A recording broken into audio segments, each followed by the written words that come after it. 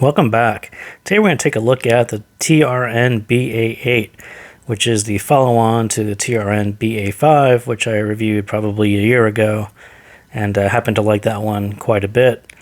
So today I just wanted to thank the AK Audio Store on AliExpress for shipping this out to me. Today it's about $132. Last time I talked about it, when I ordered it, it was actually on a promo. It was $113, $111, somewhere in that low 100 area, 20 something dollars cheaper than it was now. But if you go look today, it's about $132. So thank the AK Audio Store for shipping that out to me, because there's not a whole lot of reviews of the BA8 out there, and we'll kind of touch on some topics that are probably related to why not many people wanted to review this one. So let's kind of jump into it, because this is a long piece of paper, as you can see. So let's start off with the problem areas. And as I just talked about, the first one is it has to be price, and you can't kind of get around talking about $132 when the BA5 was, I think even when I bought it early on, it was between 60 and 70, I think, was where it came up on the market. Then it dropped quite a bit towards 11, if I remember. So now you're talking about, probably double the price for adding 3 drivers. So yeah, kind of sticker shock for most people. And then second, you get this really nice box, nice huge box, the nice TRN tin, and then you get the TRN 4-core, probably standard cable. I don't remember if the standard cable actually had this 90-degree connector or not, but I think some people were expecting a little bit more, a little bit nicer accessories for, $132 price tag. So sticker shock on the price. Second thing, a couple people got it pretty early and said it was bright and aggressive, and that kind of scared off a few people as well. And yeah, there's no getting around that as well. It is sort of like the VX. It's tuned bright, it's treble strong. It's something that you're not going to casually buy, hoping that people are overstating the brightness or the treble level. No, it's right there. It's just over the edge. There's no mistaking it. And 3, the BA tonality, the metallic, the steely, tone that kind of runs through it, which didn't really exist on the BA5.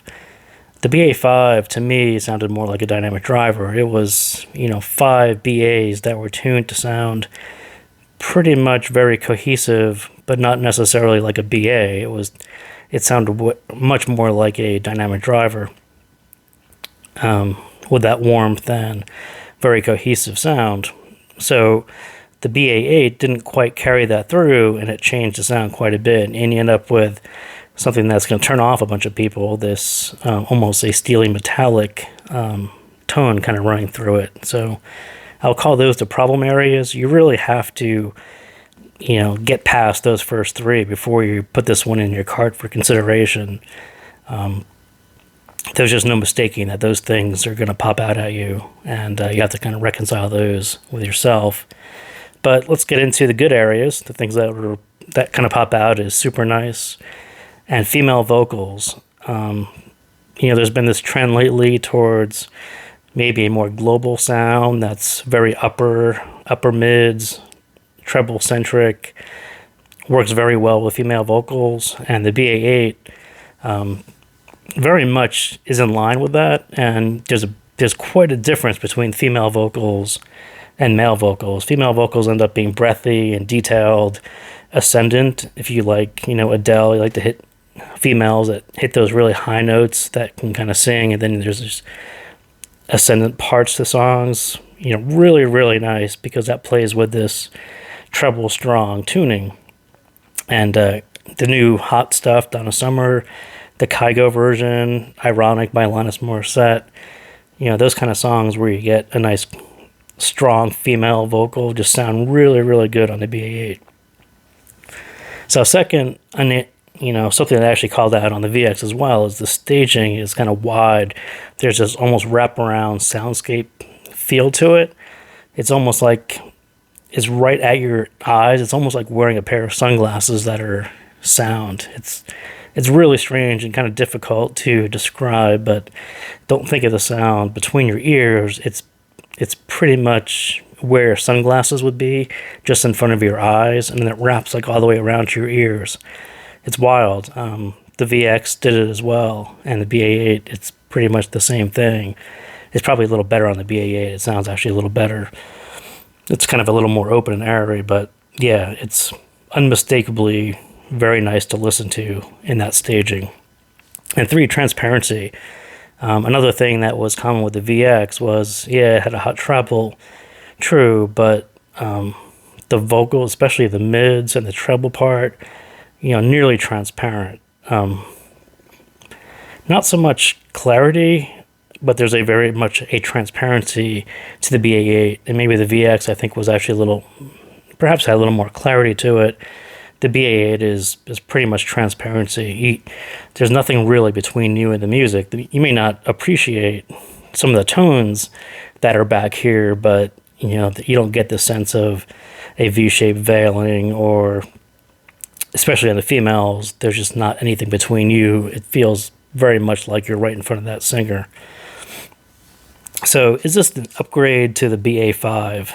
And so as we take a kind of a closer look to it, it's actually a pretty nice shell. It's nice and small, surprisingly small for a BA8.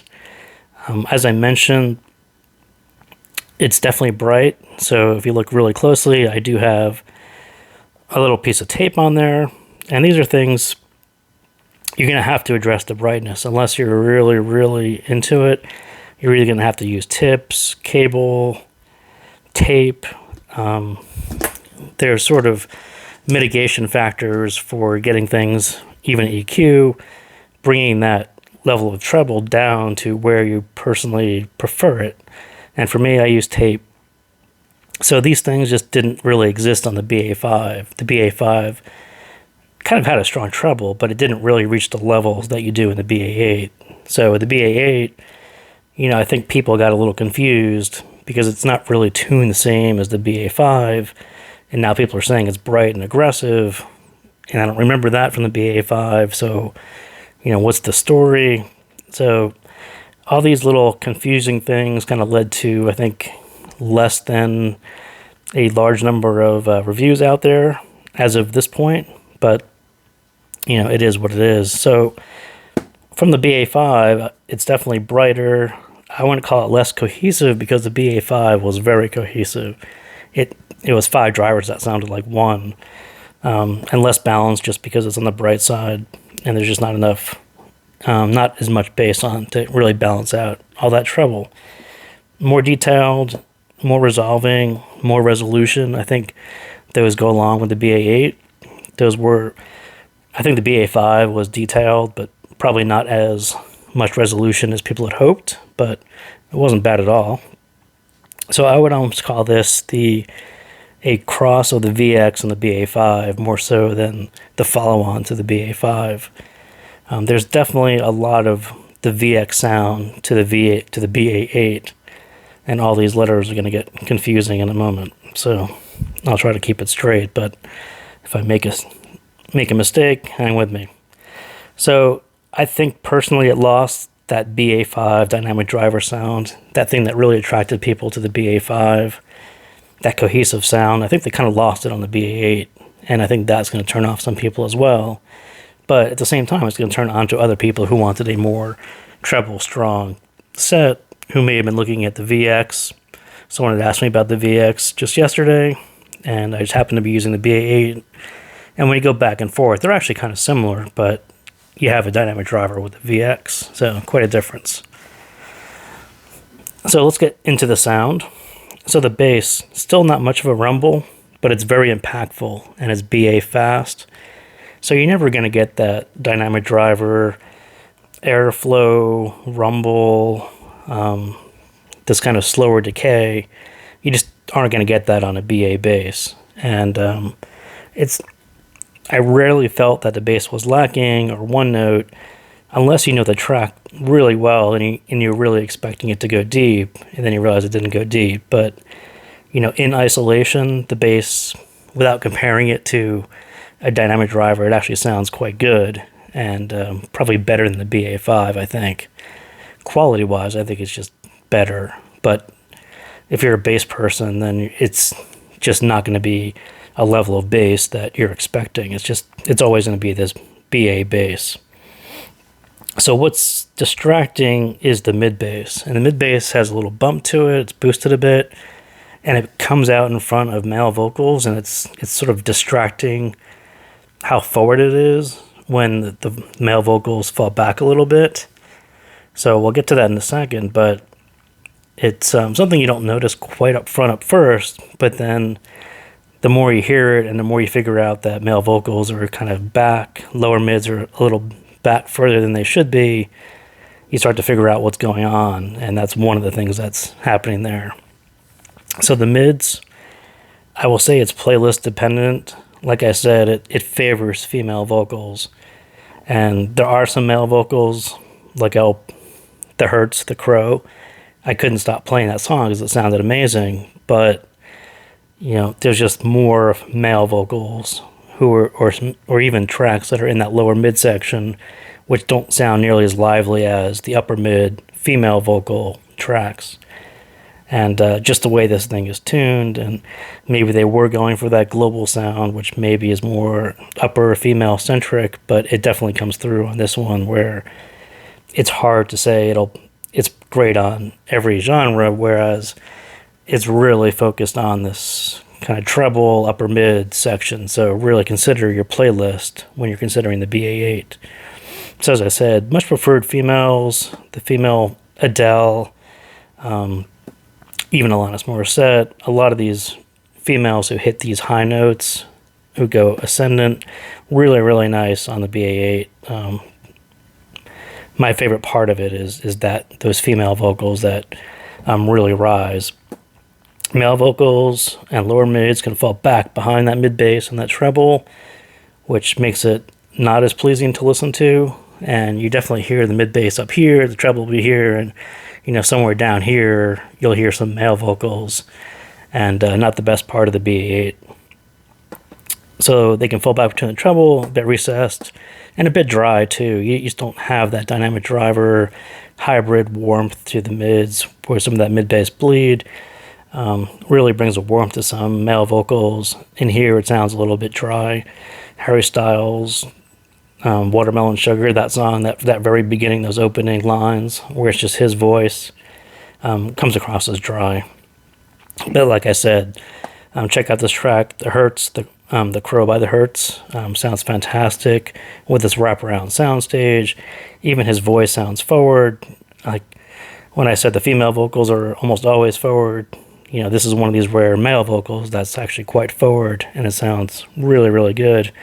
And then on the other side, you get Stevie Nicks, where you're almost missing that lower end warmth to her voice, and you're getting more of a nasal upper end to Stevie Nicks' voice, which I'm not all that accustomed to hearing, but that's what comes through. And the mids are just really hard to describe, all the things that are happening, and some of them are really good and some of them not as good. And it's just hard to come up with a general statement that addresses everyone's music types, and even mine. It's really hard to sum this little bit up.